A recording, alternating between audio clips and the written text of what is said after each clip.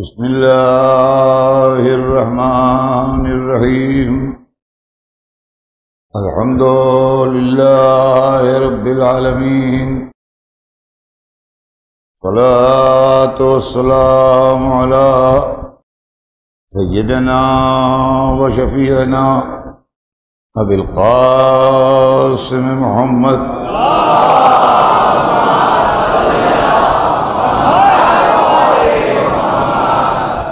وآلہ الطیبین الطاہرین المعصومین لعنت اللہ علی اعدائہم اجمعین من یومنا ھذا الی یوم الدین اما بعد فقد قال اللہ سبحانہ تبارک و تعالی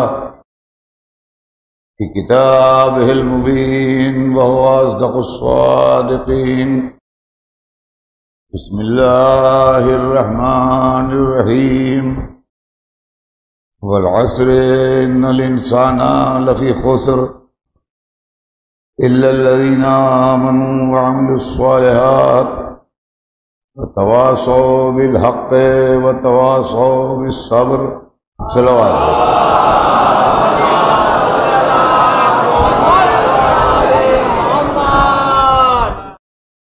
ارشاد اقدس جناب رب العزت ہے کہ بسم اللہ الرحمن الرحیم، عصر کی قسم، تمام انسان گھاٹے میں ہیں سوائے ان کے جو ایمان لائے ہیں اور جنہوں نے نیک عمل کیے ہیں، اور وہ لوگ جو ایک دوسرے کو حق کی وصیت کرتے ہیں، اور وہ لوگ جو ایک دوسرے کو صبر کی وصیت کرتے ہیں۔ عزیزان محترم، سلسلہ کلام ذہن عالی میں ہوگا، ہمارے آپ کے درمیان انسانیت کے موضوع پر گفتگو ہے، اور بات ادھر گھوم رہی ہے کہ اسلام مذہب انسانیت ہے، لیکن بدنصیبی کی بات یہ ہے کہ اس مذہب کی تصویر کو دنیا نے اتنا بگاڑ دیا ہے کہ اب یہ صحیح صورت سمجھ میں نہیں آ رہی۔ جب ہر چیز کے لیے تحقیق ہو رہی ہے اور ہر جگہ سچائی ڈھونڈی جا رہی ہے اور ہر مرض کی جڑ تلاش کی جا رہی ہے اور ہر پرابلم کا حل ڈھونڈا جا رہا ہے، تو کیا ہمارا یہ مطالبہ غلط ہے کہ اسلام کے چہرے پر جو دشمنان اسلام نے گرد ڈال دی ہے، تحقیق کے پانی سے دھو کے اس کا دوسرا چہرہ دکھایا جائے جو اصلی ہے، وہ چہرہ دکھایا جائے جو اصلی ہے اور جو اتنا حسین ہے کہ جو دیکھے اس کا گرویدہ ہو جائے؟ یہ کوئی بری بات ہے یا کوئی خراب بات ہے یا کوئی جھگڑے کی بات ہے؟ یہ سوچنے کے قابل بات۔ عزیزان محترم، سارے مسلمانوں کو، میں کسی ایک فرقے کی بات نہیں کرتا، ایک نظریے کی بات نہیں کرتا، ایک جگہ کے مسلمانوں کی بات نہیں کرتا، اس گلوب کے اوپر جتنے بھی وہ لوگ آباد ہیں جو اپنے کو مسلمان کہتے ہیں، چاہے وہ کسی مسلک کسی نظریے کے ہوں، اس سے ہمیں بحث نہیں ہے۔ کیا یہ ان کا فریضہ نہیں ہے کہ اپنے پیارے مذہب کی حقیقت دنیا کو بتائیں اور اس کی سچی تصویر دنیا کے سامنے پیش کریں، اور مل جل کے یہ کوشش کریں کہ دشمنان اسلام نے جو الزام اسلام پر لگائے ہیں وہ دبے بھی دھو دیے جائیں، اور خود مسلمانوں نے اپنی غلطیوں سے جو اسلام کے دامن پر دھبے لگائے ہیں وہ دھو دیے جائیں۔ آج مجھے جو کچھ عرض کرنا ہے وہ میں کل کہہ چکا۔ آج میں چاہتا ہوں کہ کچھ ایسی باتیں کہہ کے جاؤں اب اس کو مانے نہ مانے یہ تو دنیا کا کام ہے، لیکن میرا فرض یہ ہے کہ میں یہ کہہ کے جاؤں کہ بھائی مسلمان متحد ہو کے اگر خدمت اسلام کریں تو یہ اسلام کا بھی فائدہ ہوگا اور انسانیت کا بھی فائدہ ہوگا اور دنیا کا بھی فائدہ ہوگا، اس سے نقصان کسی کا نہیں ہوگا۔ دنیا میں جو دوسرے بسنے والے ہیں وہ بھی فائدہ اٹھائیں گے، جو مسلمان ہیں وہ بھی فائدہ اٹھائیں گے، ہر ایک کے لیے فائدہ مند ہوگا، نقصان کسی کے لیے نہیں۔ یہ ایک پورے اشرے کا سبجیکٹ ہے کہ دشمنان اسلام نے اسلام پر کیا کیا الزام لگائے، یہودیوں نے کیا کیا کوششیں کی اور کیا کیا سازشیں کی، یہ چیپٹر الگ ہے۔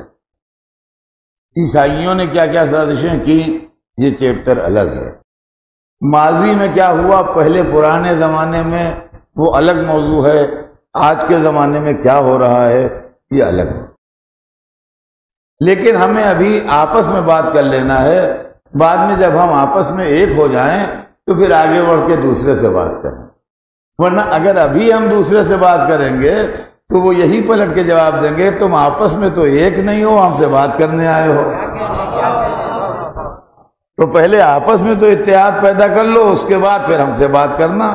تم تو خود ہی لڑ رہے ہو، ہم سے کیا بات کرتے ہو؟ تو پہلے ہم آپس میں اتحاد پیدا کر لیں، اس کے بعد اختلاف کی بات آگے جا کے دیکھیں گے دوسروں کو، اور کوشش کریں گے کہ جو مس انڈرسٹینڈنگ، جو غلط فہمیاں، جو کچھ بھی ہیں، اگر دور ہو جائیں یا کم ہو جائیں تو اچھا ہے۔ تو عزیزان گرامی، پہلی بات تو یہ کہ ہم نے جو کچھ کیا ہے انسانیت کے خلاف مسلمان ہوتے ہوئے، میں اپنا فارمولہ ابھی پیش کروں گا مگر 2 منٹ اس کو سن لیجئے۔ ہم نے خود اسلام جو انسانیت کا مذہب تھا اس پر خود کتنی ضربیں لگائی ہیں اور کتنا اس کو نقصان پہنچایا ہے۔ اسلام میں طبقاتی نظام نہیں ہے۔ طبقاتی نظام کسے کہتے ہیں؟ یہ اونچے ہیں، یہ نیچے ہیں، یہ شیڈول کاسٹ ہیں، یہ اپر کاسٹ ہیں، یہ سید ہیں، یہ مغل ہیں، یہ شیخ ہیں، یہ پٹھان ہیں، یہ جلائے ہیں، یہ دھوبی ہیں، یہ نائی ہیں، یہ قصائی ہیں، یہ کبڑیے ہیں، یہ لوہار ہیں، یہ گندگی اٹھاتے ہیں، یہ جھاڑو دیتے ہیں۔ اسلام میں یہ نظام نہیں ہے۔ اسلام نے انسان کی بنیاد پر انسان کی عزت رکھی ہے، انسان کی بنیاد پر انسان کی عزت رکھی ہے۔ ڈگنیٹی آف لیبر، رسول کی محفل میں سب کو برابر سے جگہ ملی، اس کے اندر کوئی فرق نہیں تھا کہ تم کیا کرتے ہو، تمہارا پیشہ کیا ہے، تمہارا کام کیا ہے۔ یہ ہم نے مختلف ملکوں کے جو کلچر تھے اس سے اثر لے کے اسلام کو بھی طبقات میں بانٹ دیا۔ مسجد ہر ایک کے لیے ہے، کعبہ ہر ایک کے لیے ہے، امام باڑہ ہر ایک کے لیے ہے، کسی کے لیے کوئی ریسٹرکشن نہیں ہے کہ یہاں وہ آئے گا، یہ نہیں آئے گا، یہ آئے گا، وہ آئے گا۔ یہ اللہ کا در ہے، ہر ایک کے لیے کھلا ہے۔ اسلام میں ایسا کچھ نہیں ہے کہ کون آدمی کہاں جائے گا، کون آدمی کہاں نہیں جائے گا، بلکہ سب آدمیوں کے لیے دروازے کھلے ہیں انسانیت کے نام۔ لیکن ہم نے اسلام کو طبقات میں بانٹ دیا، ٹکڑوں میں بانٹ دیا۔ ان کی شادی یہاں کیسے ہو جائے گی؟ ان کا رشتہ ادھر کیسے ہو جائے گا؟ یہ دماغ آ گیا، یہ اسلام نہیں۔ اور آگے آئیے، دولت کی تقسیم، جس کے لیے قرآن صاف صاف کہہ رہا ہے کہ ہم نے میراث کو اس لیے فرض کیا ہے کہ دولت کسی ایک کے پاس جمع نہ ہو جائے۔ لیکن آج سے نہیں، ہزاروں سال سے مسلم بادشاہوں نے جو دولت کی تقسیم کا نظام بنایا وہ سراسر خلاف اسلام تھا۔ اسلام کہتا ہے کہ اگر ایک مالدار باپ مرا ہے تو اس کے 4 بیٹوں پر برابر سے دولت تقسیم ہوگی، لیکن اگر جاگیردار مرا ہے، نواب مرا ہے، بادشاہ مرا ہے تو بڑے بیٹے کو دولت جائے گی، بقیہ گزارا پا جائیں گے۔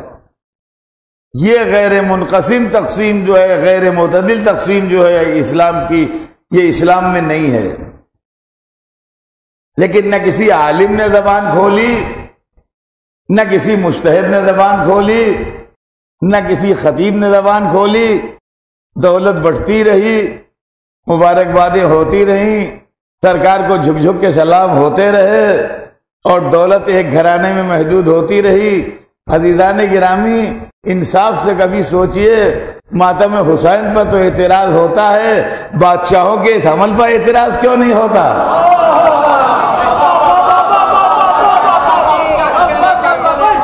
سوچنے کے قابل بات۔ اور بتاؤں آپ کو، اسلام نے رسم و رواج کے بندھن توڑے ہیں،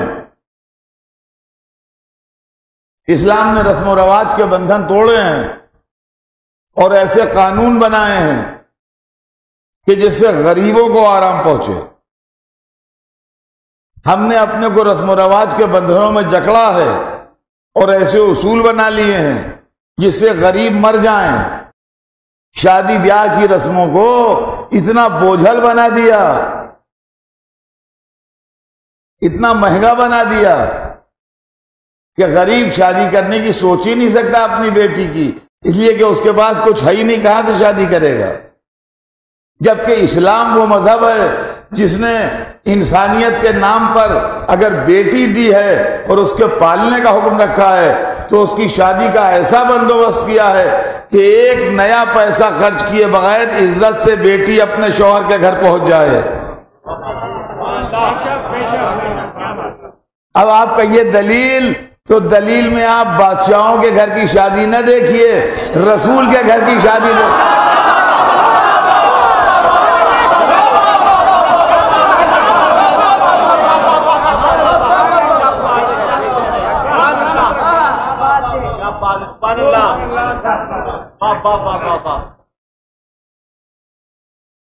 رسول کے گھر کی شادی دیکھیے، اس لیے کہ قرآن نے اگر معیار بنایا ہے تو رسول کو بنایا ہے، کسی ایک کو نہیں بنایا ہے۔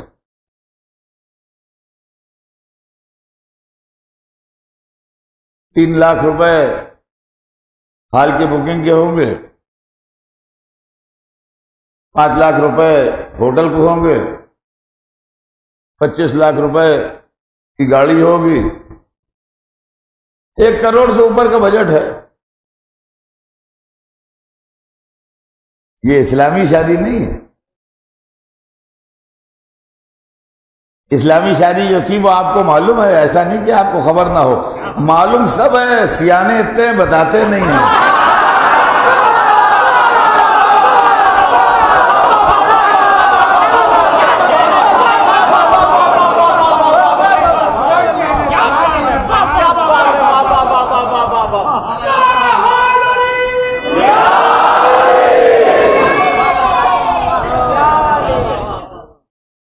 جب حکم خدا سے علی و فاطمہ کی شادی طے ہو گئی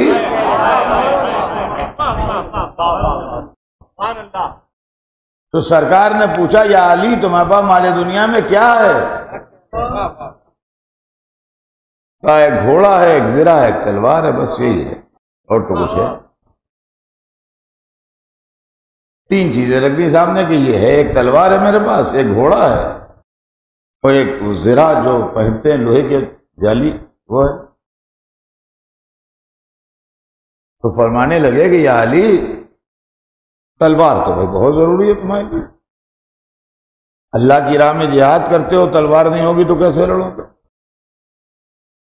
لہذا تلوار تو رکھو اپنے پاس، اس کو تو نہ بولو اس کو۔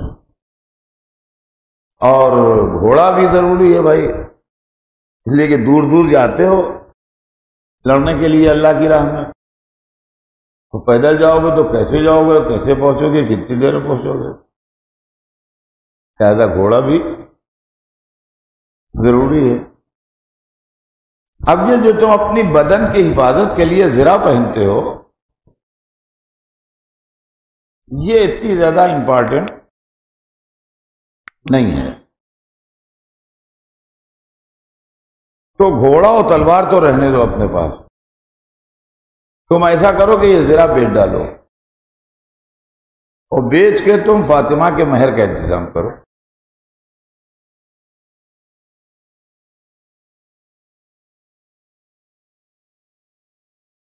خود ہی لڑائی پر لے جاتے ہیں، اب بیٹی بھی دے رہے ہیں، زیرہ بھی بکوا رہے ہیں۔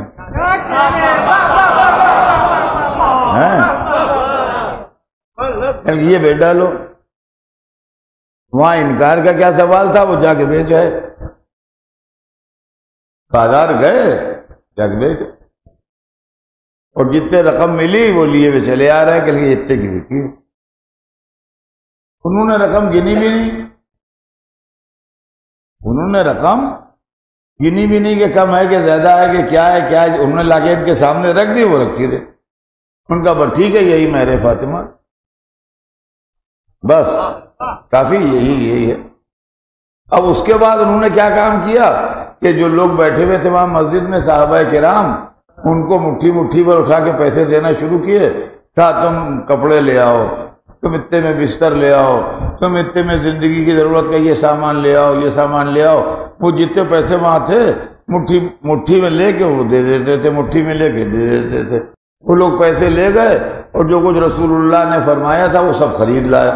اچھا وہ بھی اتنے ہوشیاری سے خرید کے لائے کہ نہ کوئی پیسہ کم ہوا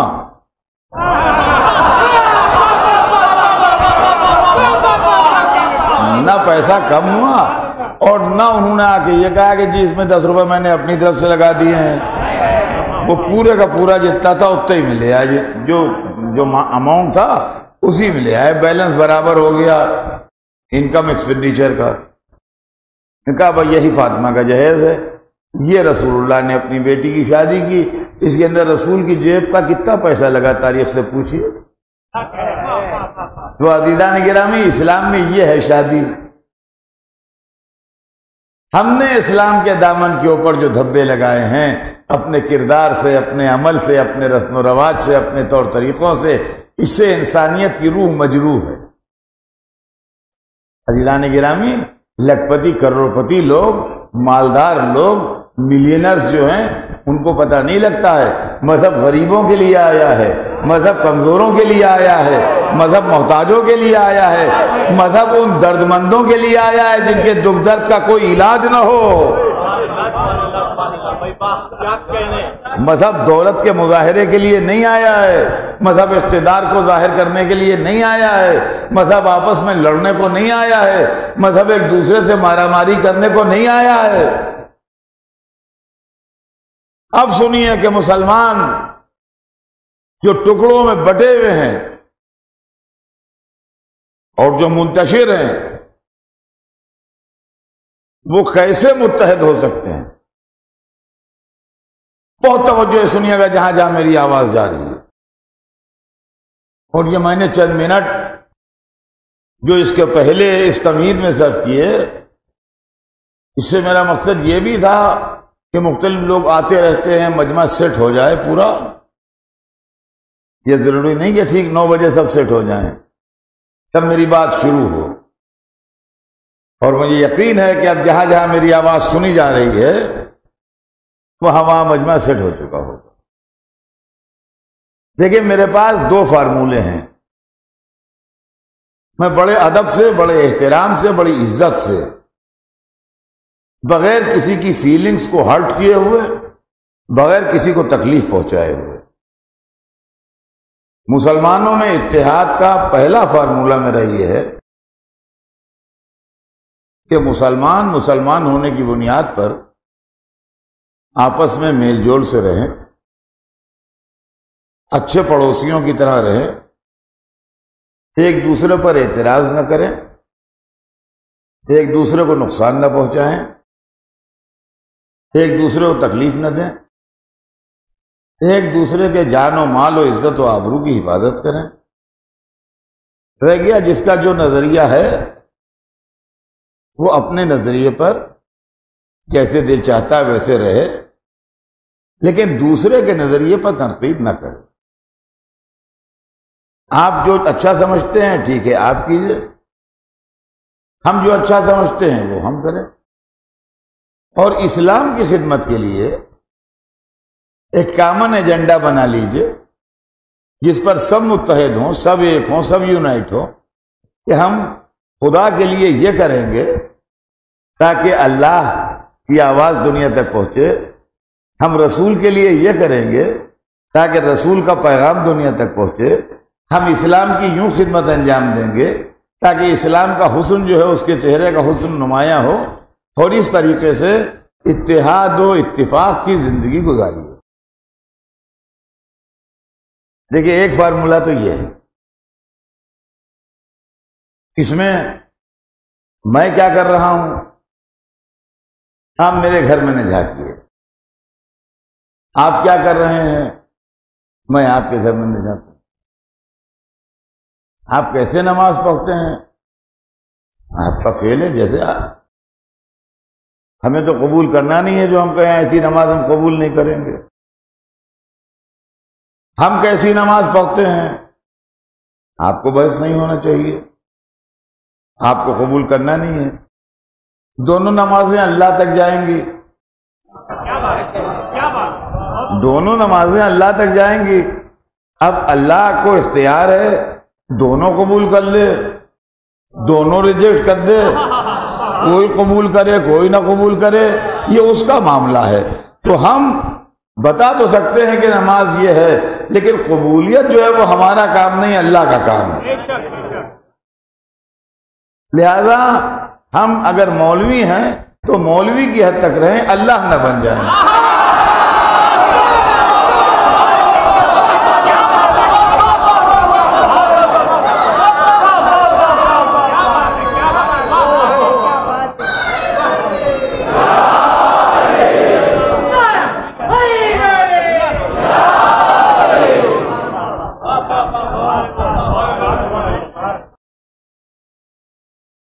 اللہ بن کے فیصلہ نہ دے۔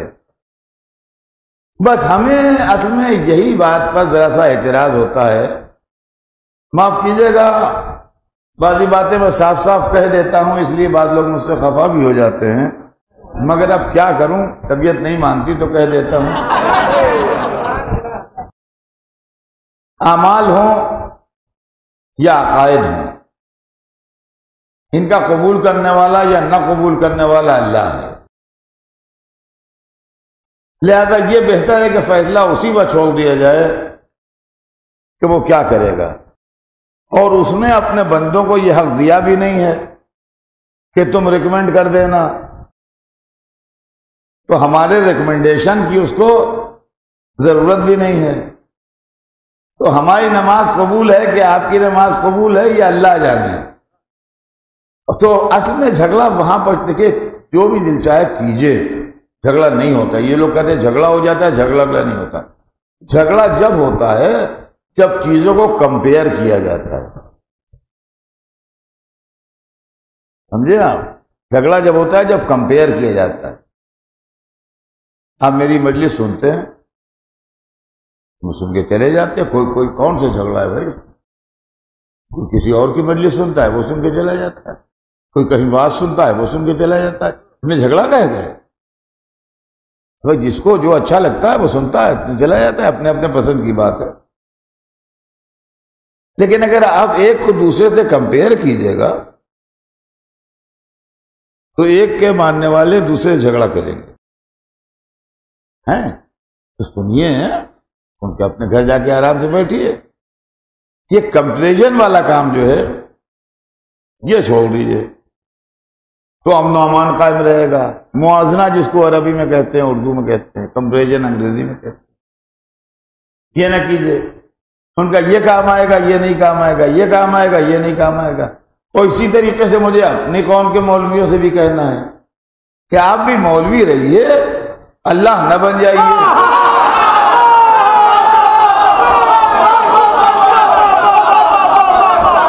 اکثر لوگ جو یہ کہہ دیا کرتے ہیں یہ مجلس کام نہیں آئے گی، یہ ماتم کام نہیں آئے گا، یہ رونا کام نہیں آئے گا، تو آپ کام آئیں گے۔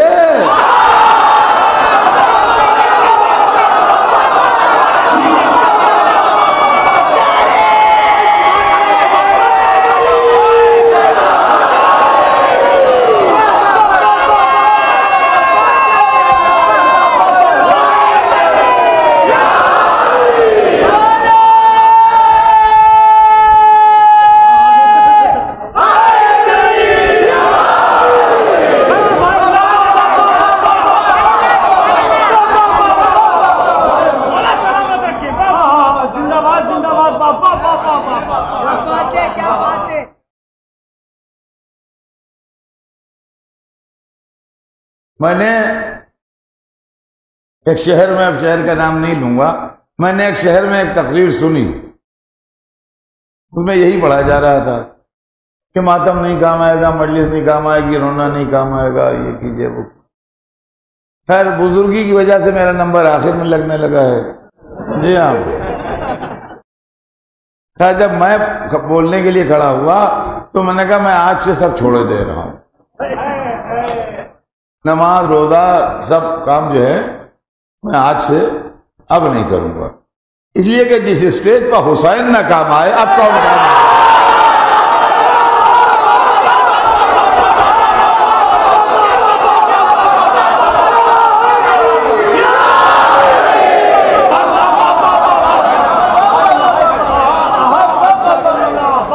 اب حضور توجہ سنیے،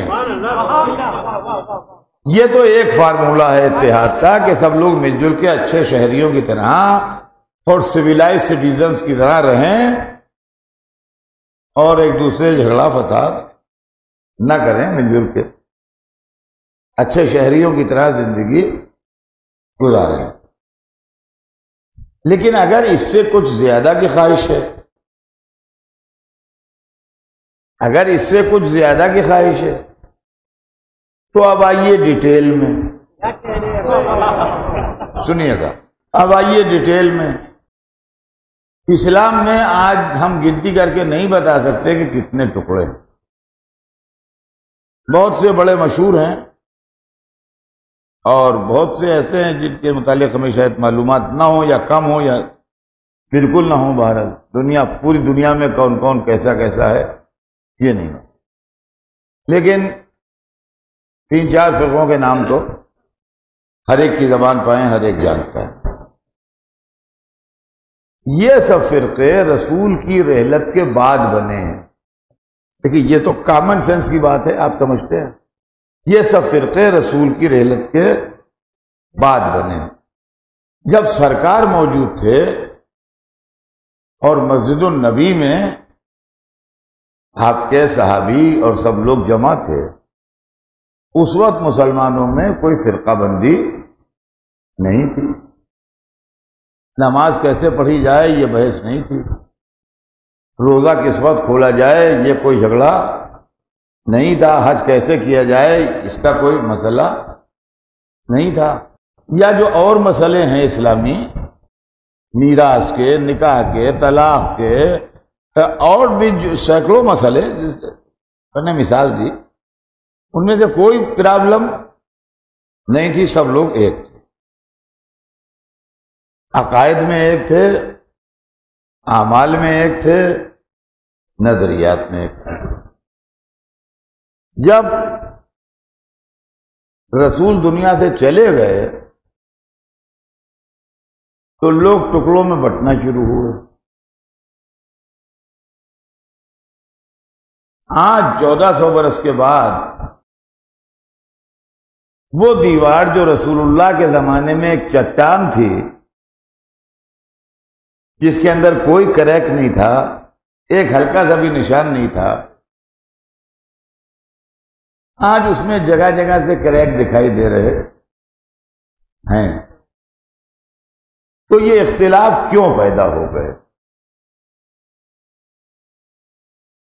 یہ اختلاف کیوں پیدا ہو گئے جو یہ کریک ہو گئے؟ جس سے جا کے پوچھا اس نے ایک ہی جواب دیا کہ جیسا ہمارے رہبر نے بتایا ویسا ہم کر رہے ہیں۔ ہم کو بتایا گیا کہ رسول اللہ کا طریقہ یہ ہے، ہم اس طریقے پر عمل کر رہے ہیں۔ ان سے پوچھا تم بھائی کیا کر رہے ہو؟ ان کا ہم کو بتایا گیا کہ رسول اللہ کا طریقہ یہ ہے، ہم اس پر عمل کر رہے ہیں۔ انہوں نے کہا ہم کو یہ بتایا۔ تو اعمال میں جو ڈفرینس پیدا ہوئے وہ رسول اللہ کے بتائے ہوئے طریقوں کے الگ الگ بتائے جانے کے نتیجے میں پیدا ہوئے۔ دیکھیے میں بہت دھیرے دھیرے پڑھ رہا ہوں تاکہ بات سمجھ میں آتی رہے۔ اسی طرح قرآن مجید کا انٹرپریٹیشن ہے کہ اسلام کے جتنے فرقے ہیں ان میں سے کوئی یہ دعویٰ نہیں کرتا کہ ہمیں قرآن کی سپورٹ نہیں ہے، بلکہ ہر فرقہ جو ہے وہ قرآن کی ایک آیت لیے کھڑا ہے کہ دیکھیے صاحب ہم جو کرتے ہیں قرآن کی یہ آیت ہے، اس کا مطلب یہ ہے، دیکھیے ہمارے قول پر تصدیق کر رہی ہے قرآن کی آیت یہ ہے، اس کا مطلب یہ ہے۔ تو مطلب قرآن تو ایک ہی ہے، قرآن تو نہیں بدلا، مگر جیسے جیسے مولاناؤں نے قرآن کا انٹرپریٹیشن کیا ویسے ویسے ان کے ماننے والے اس انٹرپریٹیشن کو مانتے رہے۔ اس لیے تاریخ میں اختلاف ہوا، تفسیر میں اختلاف ہوا، حدیثوں میں اختلاف ہوا۔ کیا ہماری کتاب میں یہ لکھا ہے، ہم اس پر مانتے ہیں، ان کا ہماری کتاب میں یہ لکھا ہے، ہم اس پر مانتے ہیں۔ تو جب ہر ایک اپنے لیڈر کو مان رہا ہے تو کیا اتحاد کے لیے کوئی ایک ایسا لیڈر ڈھونڈا جا سکتا ہے کہ جس کے اوپر سب کا اتفاق ہو اور ساری کوالیفیکیشن لیڈر کی جو ہے وہ فلفل کرتا ہو؟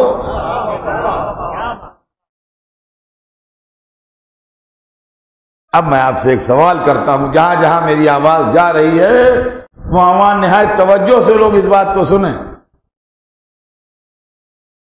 کہ جب بات اپنے اپنے لیڈر کی ہے تو اگر ہم اتحاد کی بات کریں تو ہمیں کوئی ایک ایسا لیڈر ڈھونڈنا پڑے گا جس پر سارے مسلمان متفق ہوں، اور وہ لیڈرشپ کی جتنی کوالیفیکیشنز ہیں اسلام میں ان کو فلفل کرتا ہو۔ اور اس کے علاوہ دوسری بات جو غور طلب ہے وہ یہ کہ اس سے کسی کو اختلاف نہ ہو۔ میں کہا بھائی ہم ان کو تو ہم نہیں مان سکتے، چاہے اتحاد ہو چاہے نہ ہو۔ عالم اسلام میں جب ہم نے نظر کی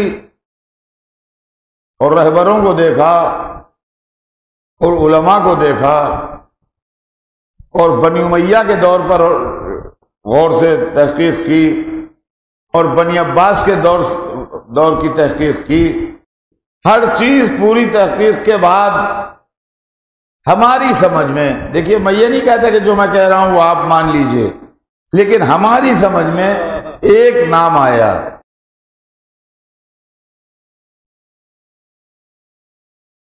ایک نام آیا بڑی تحقیق کے بعد اور بڑے غور کے بعد،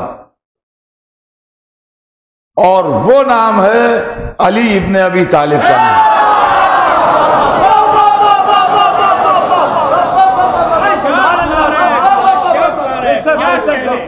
توجہ کیجیے گا، وہ نام ہے علی ابن ابی طالب کا نام۔ اسلامی قائد کو مسلمان ہونا چاہیے، تو اسلامی لیڈر ہو اس کو مسلمان ہونا چاہیے۔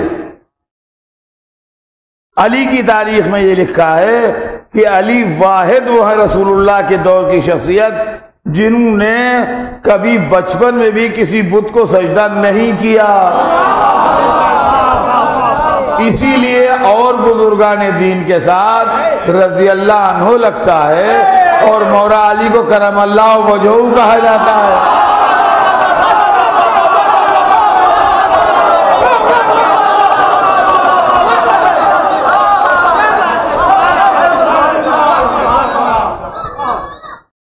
تو اس کا مطلب یہ ہوا کہ علی مسلمان ہیں۔ آئیے توجہ سنیے گا۔ دوسری چیز یہ ہے کہ اس کو رسول کا شرف صحبت نصیب ہوا ہو، تاکہ اس نے رسول کے افعال و اعمال کو اپنی آنکھوں سے دیکھا ہو اور وہ واقف ہو رسول کی سنت سے باقاعدہ۔ تو علی سے بڑھ کے کون واقف ہوگا جو اعلان رسالت سے لے کے وقت رحلت تک کبھی رسول سے جدا ہی نہیں ہوئے۔ تو یہاں بھی علی کو 100 میں 100 ملے۔ دیکھیے غور کیجیے گا، اسلام والے معاملے میں بھی 100 میں 100 ملے، اور صحابیت میں بھی 100 میں 100 ملے۔ اس لیڈر کو ایسا ہونا چاہیے کہ اپنی زندگی میں اس کے کسی عمل سے رسول ناراض نہ ہوئے ہوں۔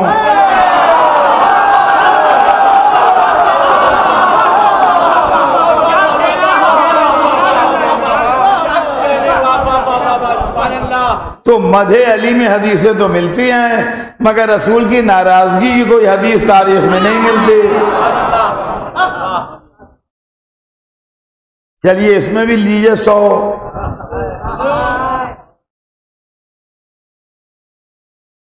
اللہ نے جب رسول کو عزت دی، اور وہ عزت دی جس کی کوئی دنیا میں مثال ہی نہیں ہے، وہ عزت اللہ کی دیوی رسول کو جو ہے وہ بہت بڑی عزت ہے کہ اللہ نے اپنے رسول پر درود بھیجا۔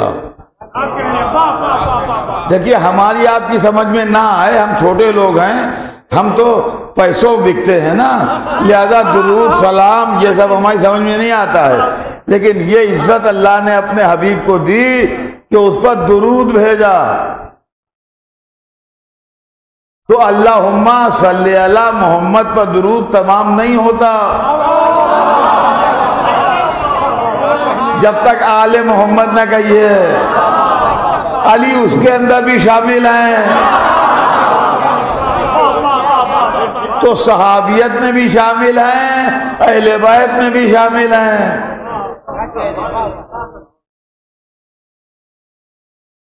جو مسلم لیڈر ہو اس کے لیے ضروری ہے کہ وہ رسول سے کلوز ہو، بہت دور نہ ہو۔ جب ہم نے علی کو دیکھا تو پورے اسلامی معاشرے میں علی اکیلے وہ ہیں جن کو قرآن نے نفس رسول کہا ہے، لہذا سب سے زیادہ کلوز رسول سے علی ہیں۔ اسلامی لیڈر کو عالم بھی ہونا چاہیے تاکہ مسئلے پوچھنے دوسروں کے پاس نہ جائے۔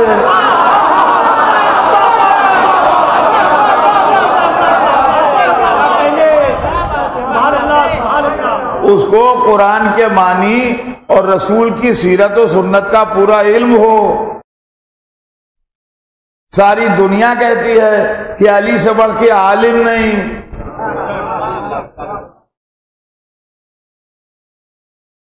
اچھا اس کی اگر اللہ نے تعریف کی ہو تو بہت بڑی بات ہے، اللہ نے اگر تعریف کر دی ہو اس کی تو یہ تو بہت ہی اونچی بات ہے۔ تو جب ہم نے قرآن ڈھونڈا تو قرآن میں آیت نکلی وَمِنَ النَّاسِ مَن يَشْرِي نَفْسَهُ ابْتِغَاءَ مَرْضَاتِ اللَّهِ وَاللَّهُ رَءُوفٌ بِالْعِبَادِ۔ کچھ لوگ ایسے ہیں جو اللہ کی راہ میں اپنے نفس کو بیچ ڈالتے ہیں۔ شب ہجرت کی آیت مفسرین نے لکھا علی کے لیے ہے۔ قرآن کی دوسری آیت جس کے اندر اللہ نے یہ ارشاد فرمایا کہ انما ولیکم اللہ ورسولہ والذین آمنوا الذین یقیمون الصلاۃ ویؤتون الزکاۃ وہم راکعون، اس کے اندر مفسرین کہتے ہیں علی مراد ہیں۔ قرآن کی تیسری آیت آیہ مباہلہ مفسرین کہتے ہیں نفس رسول سے علی مراد ہیں۔ قرآن کی چوتھی آیت وَيُطْعِمُونَ الطَّعَامَ عَلَىٰ حُبِّهِ مِسْكِينًا وَيَتِيمًا وَأَسِيرًا، کا اس سے علی مراد ہیں۔ تو معلوم ہے قرآن نے علی کی تعریف بھی کی ہے۔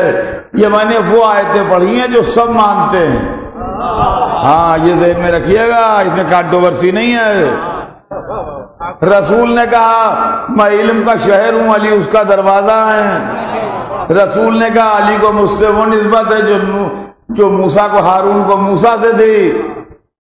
رسول نے یہ کہا علی مجھ سے ہے، میں علی سے ہوں۔ رسول نے کہا جس کا میں مولا ہوں اس کے علی مولا ہیں۔ یہ بھی سارا عالم اسلام مانتا ہے۔ تو علی مسلمان بھی، مومن بھی، صحابی بھی، اہل بیت بھی، عالم بھی، رسول کے پیارے بھی، اللہ کے پیارے بھی۔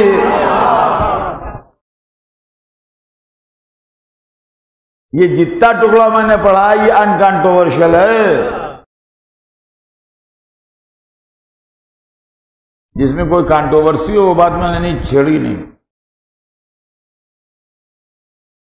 اب آئیے، یہ تو علی اور خدا اور رسول اور دین و مذہب کا معاملہ ہے۔ اب ادھر پلٹ آئیے، ہم آپ مسلمان پبلک بھی علی کو ایکسپٹ کرے گی کہ نہیں؟ غور طلب بات یہ بھی تو ہے نا، وہ تو سب کو ٹھیک ہے، لیکن پبلک کا کیا خیال ہے علی کے لیے؟ تو عزیزان گرامی یہ بھی سن لیجئے، مسلم عوام جو ہیں وہ 3 طبقوں میں بٹے ہوئے ہیں، یا وہ امامت والے مسلمان ہیں جو اماموں کو مانتے ہیں، یا وہ خلافت والے مسلمان ہیں جو خلفاء کو مانتے ہیں، یا وہ صوفی و خانقاہی مسلمان ہیں جو بزرگان دین سے عقیدت رکھتے ہیں۔ یہ 3 اسلام میں بڑے ٹکڑے ہیں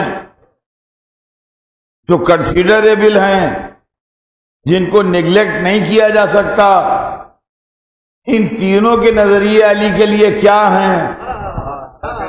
خلافت والے مسلمان علی کو خلیفہ راشد مانتے ہیں، ولایت والے مسلمان علی کو پیروں کا پیر مانتے ہیں، امامت والے مسلمان علی کو امام اول مانتے ہیں۔ تو اگر سارا عالم اسلام علی کے نام پر ایک ہو جائے تو اس کے اندر کوئی برائی تو نہیں ہے۔ آپ یہ سمجھ کے مانیے کہ ہم خلیفہ کو مان رہے ہیں، وہ یہ سمجھ کے مانیں کہ ہم سرتاج اولیاء کو مان رہے ہیں، ہم یہ سمجھ کے مانیں کہ ہم امام اول کو مان رہے ہیں۔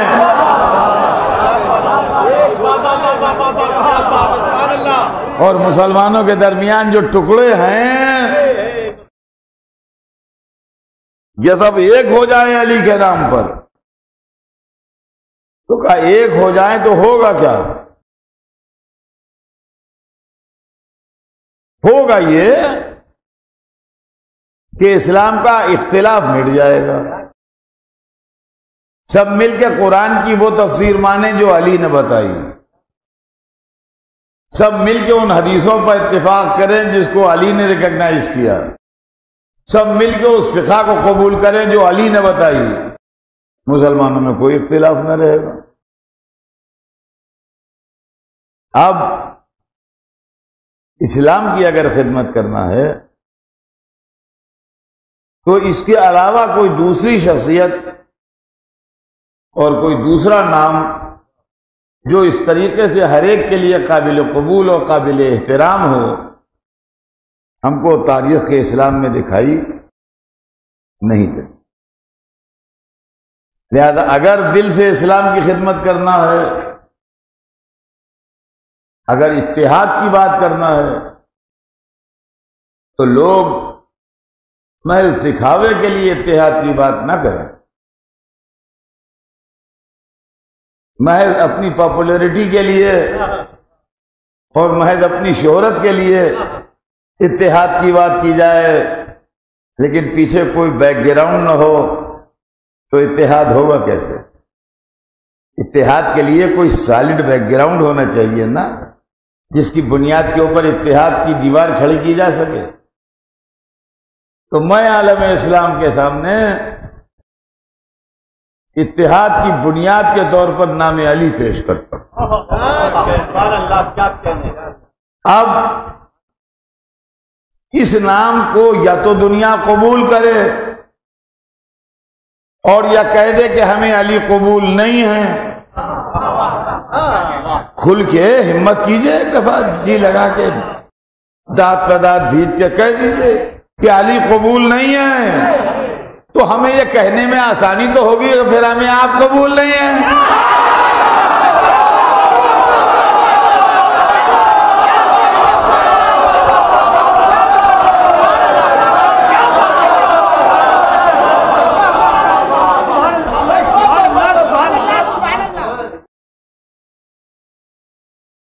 یہ ہے مسئلہ حضور.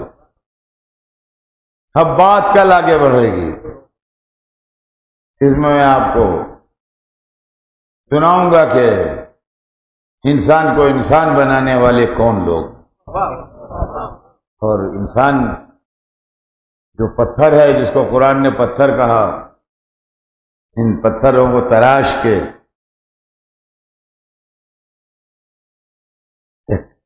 حسین تصویر ابھار دینا،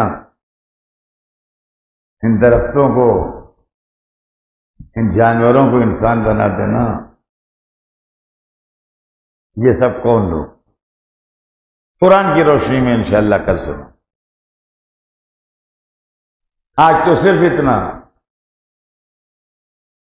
کہ فارمولہ تو میں نے پیش کر دیا، مگر میں جانتا ہوں کہ بلو اس کی مخالفت میں آواز نہ آئے، مگر بہت سے دل جو ہیں وہ اس بات پر تیار نہیں، اس لیے کہ بنی امیہ نے جو پروپیگنڈا کیا تھا اور بنی امیہ نے جو زہر بویا تھا، اس کے اثرات اسلامی معاشرے میں آج تک پائے جا رہے ہیں، اور وہ زہر اتنا تیز تھا کہ ابھی تک اس کے اثرات کم نہیں ہوئے. یہی وہ زہر تھا جس کے لیے عمر سعد نے حسین سے کہا تھا کہ بغضن لے ابھی، کہ حسین ہم تمہارے باپ کی عداوت میں تم سے لڑنے ہیں، تمہارے باپ کی دشمنی میں تم سے لڑنے ہیں. یہ وہی دشمنی حیدر کرار کا شعلہ تھا جو کربلا میں بھڑک رہا تھا. عزیزوں، آج 7ویں رات آ گئی.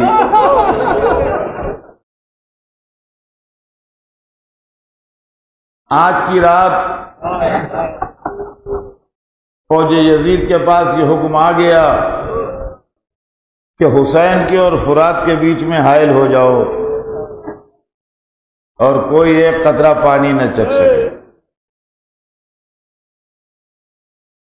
پانی کی قلت پہلے دن سے تھی. 7ویں محرم سے خیام حسینی میں قحط-ے-آب تھا. العطش کی صدائیں بلند، بچے ہاتھوں میں سوکھے تاغر لیے ہوئے پیاس کی فریاد کر رہے ہیں. اب کل سے جب آپ پانی پیجیے گا تو حسین پر سلام ضرور بھیجیے گا.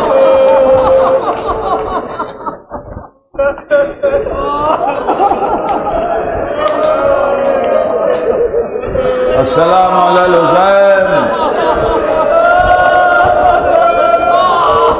اے حسین آپ کا سلام ہو.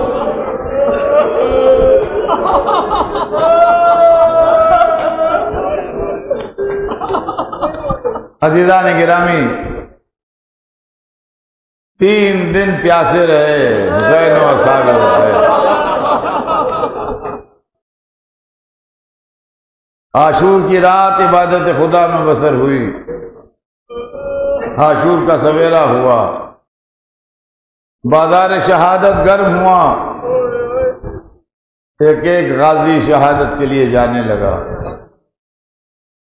جب دوست تمام ہو گئے تو عزیزوں کی باری آئی. سب سے پہلے بنی ہاشم میں جس نے اپنی قربانی پیش کی وہ اولاد عقیل. تاریخ بتاتی ہے کہ عقیل کے بیٹے مسلم کے بھائی بڑی بہادری سے لڑے. حضرت مسلم کے صاحبزادے عبداللہ ابن مسلم ایسی زبردست جنگ کی کہ دشمن کی لشکر کے ٹکڑے اڑا دیے۔ بہادر باپ کا بہادر بیٹا بڑی شان سے لڑا، اور جب اولاد عقیل میں ایک ایک شہید ہو چکا تو اب اولاد جعفر کی باری آئی۔ اولاد جعفر میں زینب کے لاڈلے اون محمد،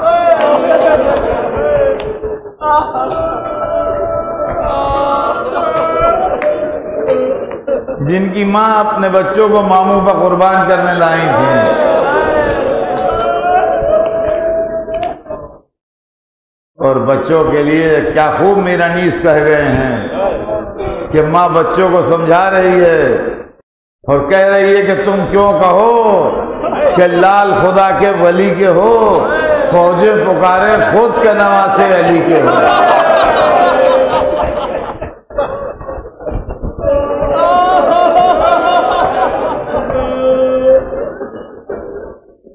جب شہزادی کے بیٹوں کی لاشیں بھی خیمے میں آ گئیں، قاسم بار بار اجازت مانگ رہے تھے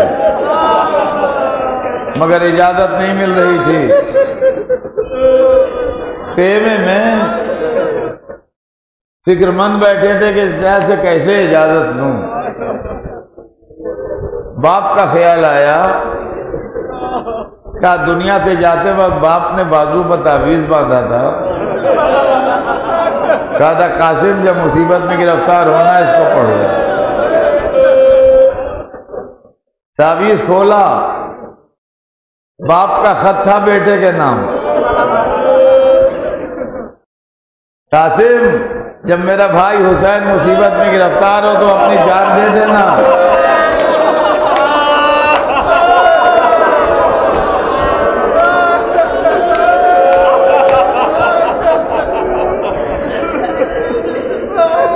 خط لیے ہوئے چچا کے پاس آئے، چچا یہ خط۔ حسین گلے لگا کے بہت روئے۔ قاسم کو گھوڑے پر سوار کیا، بچہ مقتل میں آیا۔ تاریخ میں قاسم کا رجز لکھا ہے، جس شان سے لڑ رہے تھے کہ کیا تم مجھے نہیں جانتے، میں قاسم ہوں، حسن کا بیٹا، علی کا پوتا۔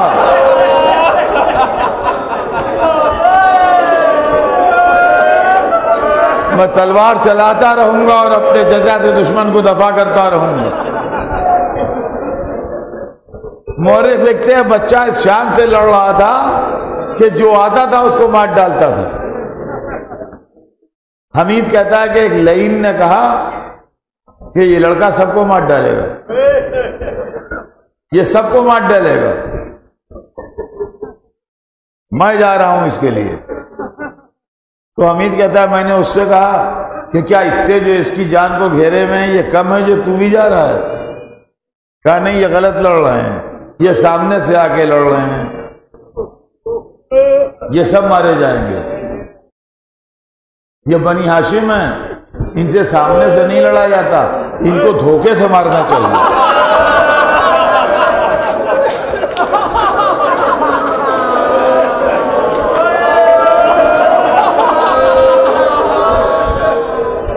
کہتا ہے ان کو دھوکے سے مارنا چاہیے۔ یہ چوروں کی طرح وہ پیچھے پیچھے حضرت قاسم کے لگا، اور ایک موقع دیکھ کے اس نے کھینچ کے چھوٹا سا نیزہ گھسیٹ کے مارا۔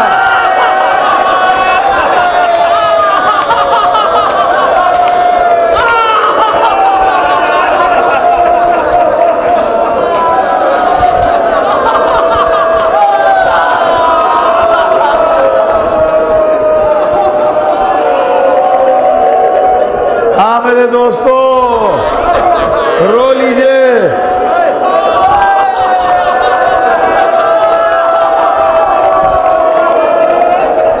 تاریخ لکھتی ہے یہ وہی سا حملہ تھا جو جنگ احد میں حضرت حمزہ پر ہوا تھا۔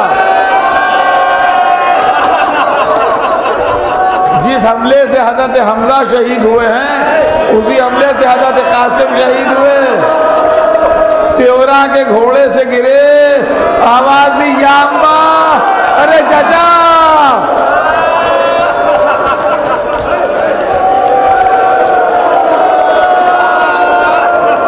یا اماں ادرکنی، اے چچا میری خبر لیجئے، حسین۔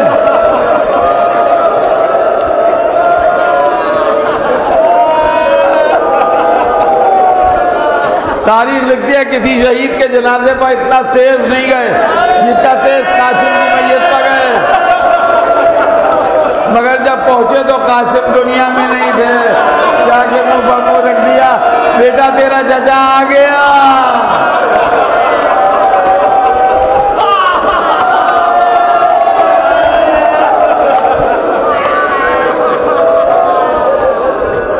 بس مجلس ختم ہو گئی۔ ایک جملہ سن لیجئے، میں اپنی طرف سے بھی کہہ رہا ہوں اور جتنے میری مجلس سن رہے ہیں ان سب کی طرف سے کہہ رہا ہوں، اے میرے مولا حسین، بیٹے کی تعزیت لیجئے۔